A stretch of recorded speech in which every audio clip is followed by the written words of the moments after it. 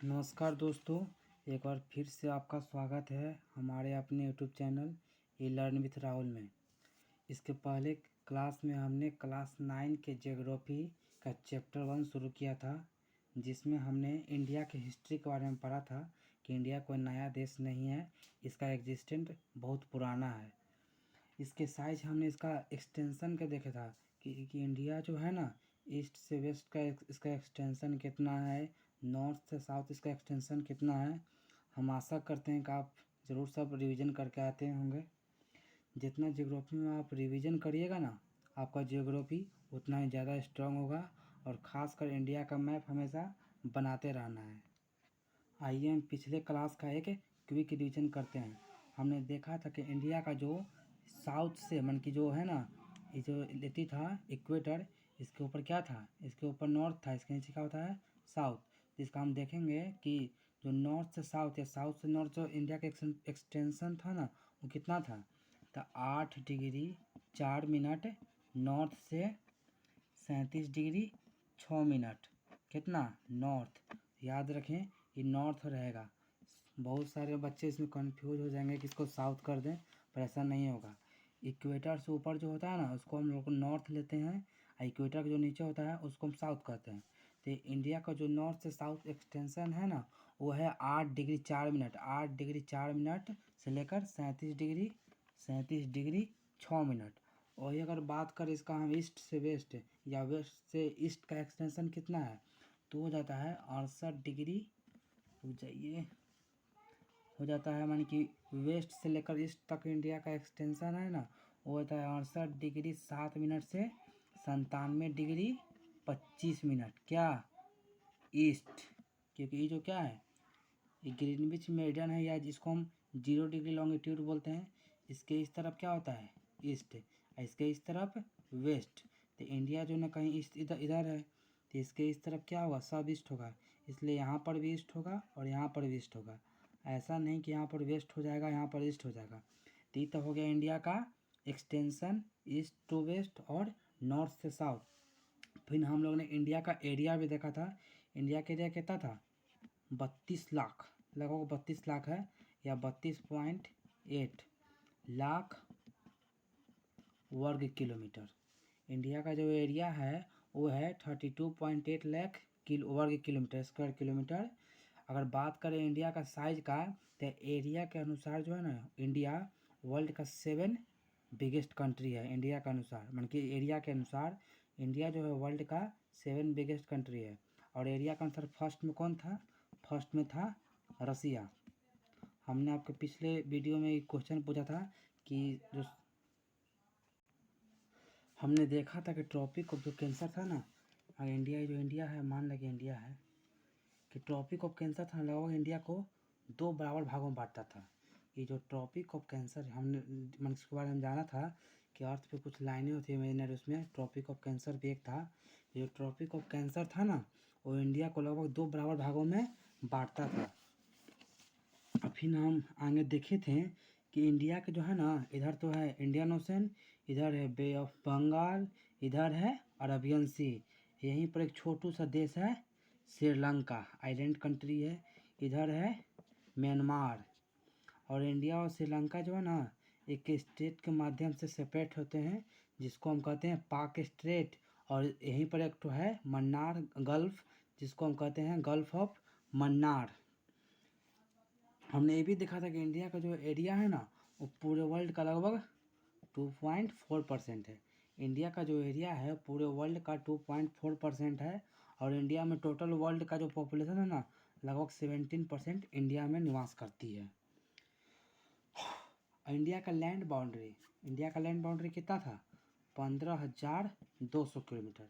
India का जो land boundary other countries के साथ, वो है 15,200 किलोमीटर। और कोस्ट लाइन बाउंड्री कितना था, 7516.6 किलोमीटर। इंडिया का जो कोस्ट लाइन बाउंड्री है ना अदर कंट्रीज के साथ, वो है अदर कंट्रीज या मन की ओशन के साथ, वो है 7516.6 किलोमीटर। आई जो इसमें है ना, ये पूरा आइलैंड उलैंड मिला के है। सेपरेटली बात करें तो 6100 किलोमीटर लगभग आता है। इंडिया का जो कोस्ट लाइन है, केवल मेन लैंड का बात करें तो 6100 किलोमीटर। अगर पूरा मिला लिया जाए आइलैंड का बाउंड्री, तब हो जाता है 75 से 16.6 किलोमीटर। तो ये बात ध्यान रखिएगा कि जो 75 से 16.6 किलोमीटर है, ये इंडिया का मेन लैंड का तो इंक्लूड करता है या आइलैंड्स को भी इंक्लूड करता है। अब आइए यहाँ से हम अपनी आज की क्लास शुरू करते हैं। ये रहा हमारा प्यारा भारत। अब आते हैं इंडिया के आगे। अब इंडिया का थोड़ा हम स्ट्रक्चर देख लेते हैं। अगर बात करें इंडिया के नॉर्थ की तरफ, और नॉर्थ ईस्ट की तरफ बात करें ना, तो इधर है हिमालयन किसने नहीं सुना है, हिमालयन माउंटेन्स। इंडिया का जो नॉर्थ ईस्ट पार्ट है ना, नॉर्थ ईस्ट और नॉर्थ है, वो हिमालयन माउंटेन से घिरा हुआ है। किस माउंटेन से घिरा हुआ है? तो इंडिया का जो नॉर्थ और नॉर्थ ईस्ट पार्ट है ना, वो हिमालयन माउंटेन से घिरा हुआ है। किस माउंटेन से? तो हिमालयन माउंटेन से। इंडिया का जो नॉर्थ पार्ट है वो हिमालयन माउंटेन से घिरा हुआ है, नॉर्थ और नॉर्थ ईस्ट। और बात करें इंडिया का नॉर्थ वेस्ट, खासकर बात करें इधर भी एक माउंटेन रेंज है जो राजस्थान की तरफ से गुजरता है, जिसको हम क्या कहते हैं, अरावली रेंज। जो इंडिया के नॉर्थ वेस्ट की बात करें ना, तो इधर है अरावली रेंज। कौन सा रेंज है? Aravalli range, Aravalli range. तो इस प्रकार हम देखते हैं कि इंडिया का जो नॉर्थ पार्ट है ना, वो किससे घिरा हुआ है? हिमालयन से, हिमालयन और अरावली रेंज से। मतलब इंडिया का जो नॉर्थ पार्ट है वो पहाड़ों से घिरा हुआ है। यही कारण है कि जो इधर से रसिया की तरफ से, साइबेरिया की तरफ से जो ठंडी हवा है ना, वो इंडिया में नहीं आ पाता है उतना, जिसके कारण उतना ठंडा नहीं गिर पाता है। अगर ये पहाड़ ये सब यहाँ पर नहीं होता ना, तो इंडिया का जो नॉर्थ पार्ट है ना, नॉर्थ पार्ट, वहाँ पर भी बहुत ठंड गिरता। लेकिन हिमालयन रेंज और अरावली रेंज के कारण ही इंडिया का जो टेम्परेचर है ना, वो ज़्यादा नहीं घट पाता है। नहीं तो कश्मीर में ठंडा तो है ही, और ठंडा हो जाता। तो इस प्रकार हम देखते हैं ना कि हिमालयन रेंज और अरावली रेंज है ना, इंडिया को एक बहुत ही सेफ्टी कवच, कहते हैं ना सेफ्टी कवच, वो प्रदान करता है। अगर बात करें इंडिया के इधर, तो ये कौन सा हो गया? ये डेक्कन प्लेट्यू है। इसको हम लोग कहते हैं डेक्कन प्लेट्यू। ये ज्वालामुखी चट्टानों से मिलकर बना है। ये डेक्कन प्लेट्यू है, ये ज्वालामुखी चट्टानों से मिलकर बना है। यहाँ का जो मिट्टी है ना, उसको हम काली मिट्टी कहते हैं। यहाँ पे कौन सी मिट्टी है? काली मिट्टी। अगर ये ज्वालामुखी है ना, इसमें लवण अमन की खनिज बहुत ज़्यादा पाया जाता है। इसको कपासी मिट्टी भी कहते हैं। इसको कौन सी मिट्टी कहते हैं? कपासी मिट्टी भी कहते हैं। ये महाराष्ट्र वगैरह इसमें बहुत ज़्यादा पाया जाता है। यहाँ पर एक चीज़ आप देख रहे होंगे कि इंडिया जो है ना, यहाँ से चौड़ा है, लेकिन इधर पतला हो गया है। हो गया ना, इधर इंडिया क्या हुआ? इंडिया यहाँ पर पतला हो गया। तो यहाँ पर हम देख सकते हैं कि इंडिया का जो साउदर्न पार्ट है ना, जो इंडियन ओशन की तरफ है, वो थोड़ा पतला होते गया है। इंडिया का साउदर्न पार्ट जैसे डेक्कन प्लेट्यू वाला, ये कौन सा पार्ट है इंडिया का? डेक्कन प्लेट्यू वाला जो पार्ट है ना, जो इंडियन ओशन में खुलता है, वो थोड़ा पतला होते गया है, जिसको हम टेपर भी कहते हैं। इंडिया का जो साउदर्न पार्ट है वो टेपर है इंडियन ओशन में, दैट इज थोड़ा पतला है।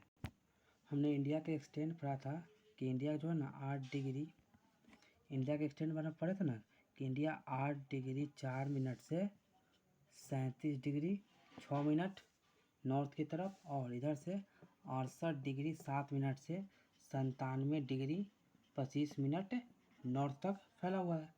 अगर आप ध्यान से देखें ना, तो इस एक्सटेंड और इस एक्सटेंड कितना लगभग लगभग 30 डिग्री का अंतर मिलता है। यानी कि यहाँ से यहाँ 30 डिग्री, और 30 है 37.6 है, तो इसको मान लीजिए लगभग ना 30 डिग्री का इधर फैलाव मिलता है, और उतना ही फैलाव इधर भी मिलता है। इधर भी 30 डिग्री का फैलाव मिलता है। मतलब इंडिया जो है ना, लगभग नॉर्थ से साउथ के बीच में जो एक्सटेंशन है वो 30 डिग्री का है, और ईस्ट से वेस्ट जो एक्सटेंशन है ना, वो भी 30 डिग्री का है। इस प्रकार इंडिया का जो स्ट्रक्चर है ना, वो क्वाड्रिलेटरल हो जाता है। कैसा? क्वाड्रिलेटरल, लगभग चतुर्भुज के आकार का होता है। इंडिया का जो स्ट्रक्चर है वो क्वाड्रिलेटरल हो जाता है। तो आपसे एक क्वेश्चन पूछा जा सकता है कि इंडिया का जो स्ट्रक्चर है वो क्वाड्रिलेटरल क्यों होता है? तो आप यहाँ पर ही बता सकते हैं कि इंडिया का जो नॉर्थ से साउथ और ईस्ट से वेस्ट जो एक्सटेंशन है ना, वो लगभग सेम है, और कितना है? 30 डिग्री। तो इस प्रकार इंडिया का जो स्ट्रक्चर है ना, वो क्वाड्रिलेटरल हो जाता है, चतुर्भुजीय हो जाता है। यहाँ पर एक बात और नोट करने वाली है कि यहाँ पर कौन सा राज्य पड़ता है? तो आप लोग बोलिएगा यहाँ पर गुजरात पड़ता है। उसी प्रकार यहाँ पर कौन सा राज्य पड़ता है? तो यहाँ पर अरुणाचल प्रदेश। यहाँ कौन सा राज्य पड़ता है?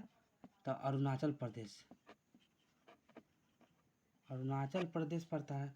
और यहाँ पर कौन सा राज्य पड़ता है, तो यहाँ पर पड़ता है गुजरात, मोदी जी का गुजरात। तो देखा जाता है ना, ये सब क्या था, लॉन्गिट्यूड। हमने पढ़ा था लॉन्गिट्यूड के बारे में कि जो लंबी लाइनें होती है उसको लॉन्गिट्यूड कहते हैं। तो ये लॉन्गिट्यूड है ना, इसी के अनुसार टाइम जोन डिवाइड होता है, कि टाइम जोन का कि निर्धारण होता है लॉन्गिट्यूड के आधार पर। तो इंडिया का एक पार्ट यहाँ पर है, एक पार्ट यहाँ पर है, तो इन दोनों के बीच में एक टाइम गैप आ जाता है 2 आवर का। 2 आवर का टाइम गैप आ जाता है। क्यों, देखिए, रुकिए बता दें, इसको अच्छा से हम क्लियर करते हैं।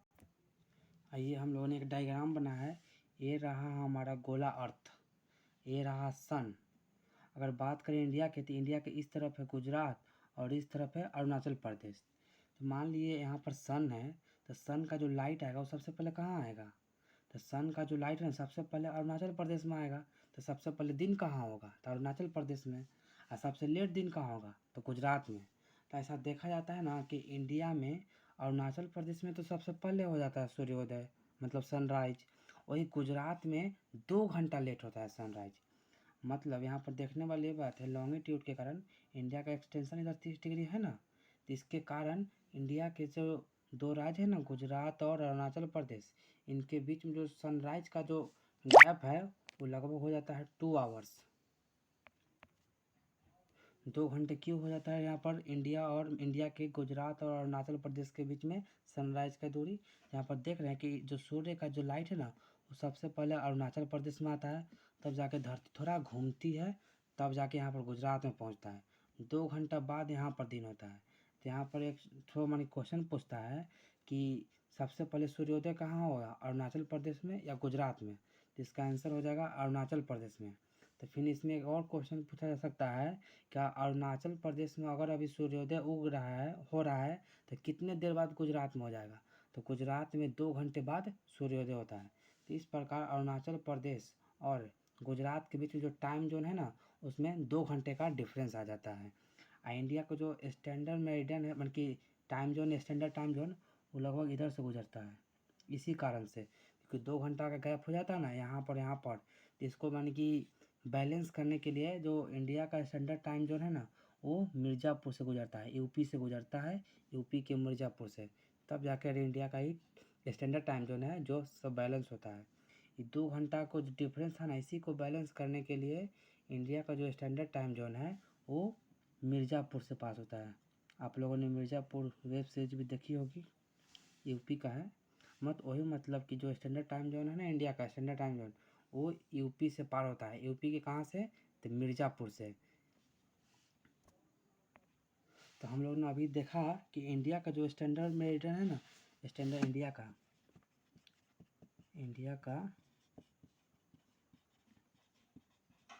स्टैंडर्ड मेरिडियन या स्टैंडर्ड टाइम जोन में कह सकते हैं, वो है ना कहाँ से गुजरता है, तो मिर्ज़ापुर से। मिर्ज़ापुर जो कि कहाँ है, यूपी में। इंडिया का जो स्टैंडर्ड मेरिडियन है वह मिर्ज़ापुर से गुजरता है। और कितना है, तो उधर 82.5 डिग्री। कितना, 82.5 डिग्री। वही 82 डिग्री 30 मिनट, इसको भी लिख सकते हैं, इसको 82.5 डिग्री ऐसे भी लिख सकते हैं। इसको मिनट में चेंज कर देते हैं तो हो जाता है 82 डिग्री 30 मिनट क्या, ईस्ट। इंडिया का जो स्टैंडर्ड टाइम जोन है ना, स्टैंडर्ड टाइम जोन या स्टैंडर्ड मेरिडियन, वो है 82 डिग्री 30 मिनट, जो कि कहाँ से गुजरता है, मिर्ज़ापुर से, जो कि किस स्टेट में पड़ता है, यूपी में। तो आइए अब आगे चलते हैं। अभी हमने यहाँ पर एक चीज़ सीखा कि जो लॉन्गिट्यूड है, इसको पढ़ लेते हैं। ये लॉन्गिट्यूड है ना, माने लॉन्गिट्यूड के कारण टाइम का डिफरेंस आता है। मतलब सूर्योदय सबसे पहले यहाँ होगा, सबसे लास्ट में यहाँ होगा, सबसे पहले यहाँ होगा, सबसे लास्ट में यहाँ होगा। मतलब यहाँ पर हम लोग देखें कि लॉन्गिट्यूड से हमको ही पता चलता है कि किस जगह पर सबसे पहले सूर्योदय होगा और सबसे लास्ट में सूर्यास्त होगा। ये तो लॉन्गिट्यूड का मतलब देशांतर के कारण हमको पता चलता है कि सूर्योदय पहले कहाँ होगा और सूर्यास्त बाद में कहाँ होगा। लेकिन लैटीट्यूड के कारण क्या होता है उसको भी देख लेते हैं। ये हो गया हमारा लैटीट्यूड, ये हमारा equator, tropic of Cancer, tropic of Capricorn. अगर बात करें लैटीट्यूड की ना, जैसे हम साउथ से नॉर्थ की तरफ जाते हैं ना, तो दिन और रात के बीच में अंतर देखने को मिल जाता है। अगर बात करें लॉन्गिट्यूड के कारण तो सनराइज सनसेट में डिफरेंस दिखाता है। लेकिन वही अगर बात करें लैटीट्यूड के, जैसे जैसे हम साउथ से नॉर्थ की तरफ बढ़ेंगे ना, तो डे और नाइट का जो ड्यूरेशन है ना, उसमें मन की दिक्कत हो जाएगा, मतलब डिफरेंस आ जाएगा। जिस तरह अगर यहाँ पर बात करें ना, यहाँ की 2 पॉइंट ले लेते हैं, एक ठो यहाँ, एक ठो यहाँ। अगर यहाँ पर रात बड़ा हो रहा है तो यहाँ पर दिन बड़ा होगा, अगर यहाँ पर दिन छोटा हो रहा है तो यहाँ पर रात छोटा होगा। जिस तरह मतलब यहाँ पर ही देखने को मिलता है, ये हो गया साउथ, हो गया नॉर्थ। जैसे जैसे हम साउथ से नॉर्थ की तरफ जाते हैं ना, साउथ से नॉर्थ की तरफ, तो दिन और रात के जो ड्यूरेशन है ना, उसके बीच में हमको डिफरेंस मिलता है। ये हो गया लॉन्गिट्यूड और लैटीट्यूड के बाद देख लिए कि लॉन्गिट्यूड हमको क्या बताता है और लैटीट्यूड हमको क्या बताता है। यहाँ तक तो हमने केवल इंडिया के बारे में पढ़ा। अब थोड़ा हम इंडिया और वर्ल्ड के बारे में पढ़ लेते हैं। इंडिया का जो लोकेशन है ना, ऐसा लोकेशन है कि पूरे वर्ल्ड को काफ़ी ज़्यादा प्रभावित करता है। इंडिया ही एकमात्र ऐसा देश है ना जिसके नाम पर किसी ओशन का नाम रखा गया है। इसको हमने पहले क्लास में बताया था कि इंडियन ओशन है ना, उसका नाम किसके रखा गया है, तो इंडिया के नाम पर। आज हम पढ़ेंगे कि इंडियन ओशन का नाम इंडिया के नाम पर क्यों रखा गया है। तो आइए शुरू करते हैं। अगर इंडिया की लोकेशन की बात करें ना, तो इंडिया जो है ना एशिया का लगभग सेंट्रल में पड़ जाता है। इंडिया जो है ना लगभग एशिया का सेंट्रल पड़ जाता है। इधर कौन सा, इधर है ईस्ट एशिया, इधर है वेस्ट एशिया, इधर है नॉर्थ एशिया, इधर है साउथ एशिया। तो इंडिया का जो लोकेशन है वो लगभग एशिया के सेंट्रल लोकेशन पड़ जाता है। और इंडिया के लोकेशन की एक और खासियत की बात करें ना, तो इंडिया जो है ना इंडियन ओशन में है। इंडिया के साथ में इंडियन ओशन है, अरबियन सी है, बे ऑफ बंगाल है, जो इंडिया को एक बहुत ही इम्पोर्टेंट स्ट्रेटेजिक जियोग्राफिकल लोकेशन प्रदान करता है। अगर बात करें हम इंडियन लोकेशन की खासियत की ना, तो इंडियन लोकेशन जो है ना वो इंडिया को, अगर बात करें हम इंडियन ओशन की, तो इंडियन ओशन जो है ना वो इंडिया को साउथ ईस्ट एशिया और ईस्ट एशिया से कनेक्ट करता है। अगर वही और इंडियन ओशन की एक और खासियत है कि इंडियन ओशन जो है ना वो यूरोप को भी कनेक्ट करता है इंडिया से, अफ्रीका को भी कनेक्ट करता है और वेस्ट एशिया को भी कनेक्ट करता है। इंडिया के पास क्या हुआ, इलावा वाटर बॉडी है ना, वो इंडिया को बहुत ही अच्छा मन के स्ट्रेटेजिक लोकेशन प्रोवाइड करता है। यहाँ पर हमें देखते हैं ना कि इंडिया का जो ईस्टर्न वेस्टर्न कोस्ट है, इंडिया का जो वेस्टर्न कोस्ट है, इसके माध्यम से हम लोग ईरान जाते हैं, सऊदी अरब जाते हैं, यूएई कहीं पर जा सकते हैं। तो इंडिया का जो वेस्टर्न लोकेशन है वो इंडिया को वेस्ट एशिया और यूरोप से कनेक्ट ज़्यादा अच्छे से करता है। वही अगर इंडिया के ईस्ट कोस्ट की बात करें तो ये जो है ना इंडिया को किससे, अगर इधर ईस्ट एशिया है ना, चाइना वगैरह ईस्ट एशिया, और नीचे में है साउथ एशियन कंट्रीज, ये सबसे कनेक्ट करता है। और इंडियन ओशन का तो कहना नहीं है, यहाँ पर वर्ल्ड का बड़ा बड़ा जो ट्रेड होता है ना वो इंडियन ओशन से भी होकर गुजरता है। इस प्रकार हम देख लिए कि इंडिया का जो लोकेशन है इंडियन ओशन में बहुत ही महत्वपूर्ण है। इंडिया का पास से इंडिया का इंडियन जो ओशन है ना, सबसे बड़ा कोस्ट लाइन अगर बात करें इतने दूर में, इंडियन ओशन में सबसे बड़ा कोस्ट लाइन केवल और केवल इंडिया का ही है। किसी और देश का कोस्ट लाइन बोले तो तट रेखा है ना, किसी और का इतना बड़ा तट रेखा नहीं है जितना अकेले इंडिया रखता है। अगर बात करें एनसीईआरटी बुक, तो एनसीईआरटी बुक की एक खास बात है ना, ये बीच बीच में कुछ इंपॉर्टेंट फैक्ट्स डाल देते हैं। जैसे इसमें क्लास 9 में एक इम्पोर्टेंट फैक्ट इसमें डाला हुआ है, जो सुएज कनाल है, सुएज कैनाल सुने ना, इसको कब शुरू किया गया था, सुएज कैनाल को 1869 में, कितना में, 1869 में शुरू किया गया था। सुएज कनाल को मन के 1869 में शुरू किया गया था। ये किसके लिए शुरू किया गया था, इसके माध्यम से इंडिया यूरोप के तो जाता है। तो इसमें इंडिया और यूरोप, पहले जो था ना इंडिया और यूरोप, अगर बात करें ये इंडिया है, इधर सऊदी अरब है, इधर कहीं यूरोप है, तो इंडिया से यूरोप जाने में बहुत ज़्यादा दूरी तय करना पड़ता था। लेकिन जैसे ही सुएज कैनाल बना ना, तो इंडिया बहुत ही पहले जा रहा है। मतलब डिस्टेंस जो है ना इंडिया और यूरोप के बीच में वो कम गया है। लगभग कितना कम गया है, लगभग 7000 किलोमीटर कम डिस्टेंस जाना पड़ता है हमको। सुएज कैनाल जिसका जो है ना उद्घाटन बोले तो चलना फिरना 1869 में चालू हुआ था। इसके कारण इंडिया और यूरोप का जो दूरी था ना 7,000 किलोमीटर तक घट गया था।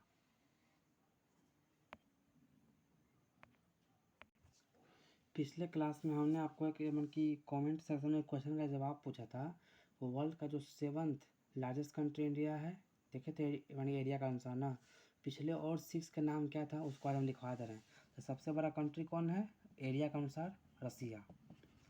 एरिया के अनुसार सबसे बड़ा कंट्री कौन है वर्ल्ड का?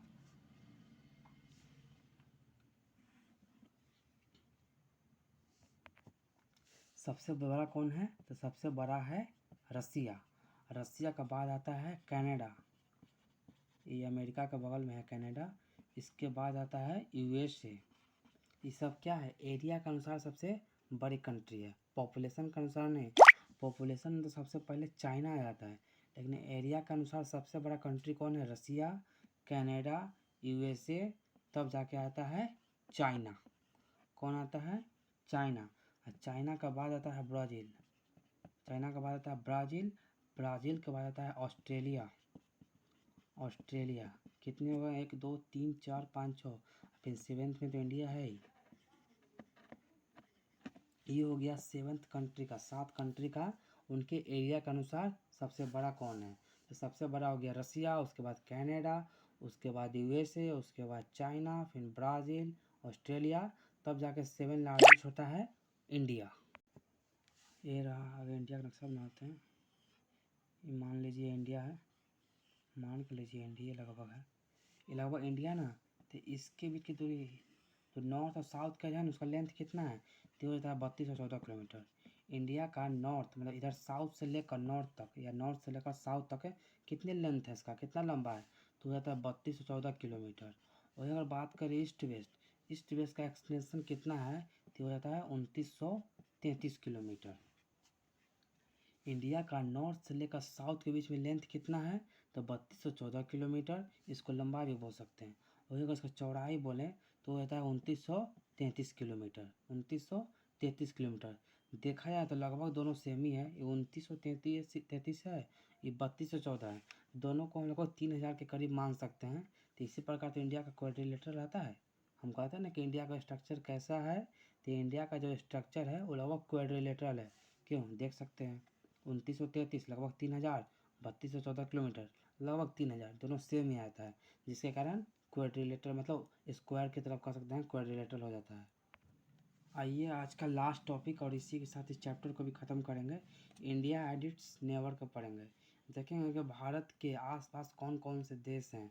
आइए तो इनकी देश की लिस्ट बनाते हैं। सबसे पहले तो इंडिया का हम एक कच्चा नक्शा तैयार कर लेते हैं। कैसा नक्शा? तो कच्चा नक्शा।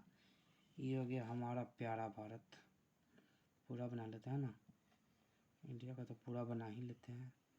ये हो गया इंडिया, जैसे भी है थोड़ा बहुत बस पढ़ने लायक बना दिए हैं। अगर बात करें इंडिया का पड़ोसी का, तो यहाँ पर है छोटू सा लैंडलॉक कंट्री। कैसा लॉक कंट्री है? तो लैंडलॉक कंट्री। तो लैंडलॉक कंट्री कैसा होता है? तो वैसा कंट्री जिसका जो बाउंड्री है ना किसी भी मानी पानी के साथ नहीं लगता है, ओशन के साथ नहीं लगता है, उसको कहते हैं लैंडलॉक कंट्री। तो यहाँ पर एक देश है कौन? यहाँ पर एक देश है नेपाल। नेपाल एक कैसा कंट्री है? तो नेपाल है एक लैंडलॉक कंट्री। यहाँ पर हो गया नेपाल। नेपाल भारत का एक पड़ोसी देश है जिसको हमने कंधे पर बढ़ा रखा है। नेपाल कहाँ है? नेपाल जो है ना इंडिया के एकदम कंधे पर है, लेकिन सर पर चढ़ने की कोशिश करता है। वही बात करें, इंडिया पड़ोसी देश है किसका? बल्कि इंडिया पड़ोसी देश है नेपाल का, नेपाल पड़ोसी है इंडिया का। नेपाल कैसा कंट्री है? तो नेपाल एक लैंड लॉक कंट्री है। इसका जितना भी ट्रेड होता है ना वो सब इंडिया के माध्यम से ही होता है। जिसको भी सामान बेचना होगा नेपाल को, इंडिया के माध्यम से ही बेचता है। और इसके जस्ट ऊपर कौन है? China. Chandni Chowk to China. India के जो माथा पर है ना, माथा पर बैठा रहता है कौन? तो चाइना। इंडिया का माथा पर कौन है? तो चाइना। ये हो गया चाइना। और चाइना की पार्ट है ना, ये पार्ट उसको तिब्बत कहते हैं। कितना? तिब्बत। यहीं पर है तिब्बत का पठार। इंडिया का हम दो पड़ोसी देख लिए, एक तो नेपाल हो गया, एक तो चाइना हो गया, एक तो यहाँ पर हो जाता है भूटान। यहीं पर कई एक ठो मानी कंट्री है, वो छोटू सा कंट्री है भूटान। भूटान भूटान भूटान। तो इस प्रकार इंडिया का हम 3 पड़ोसी देश देख लिए, नेपाल,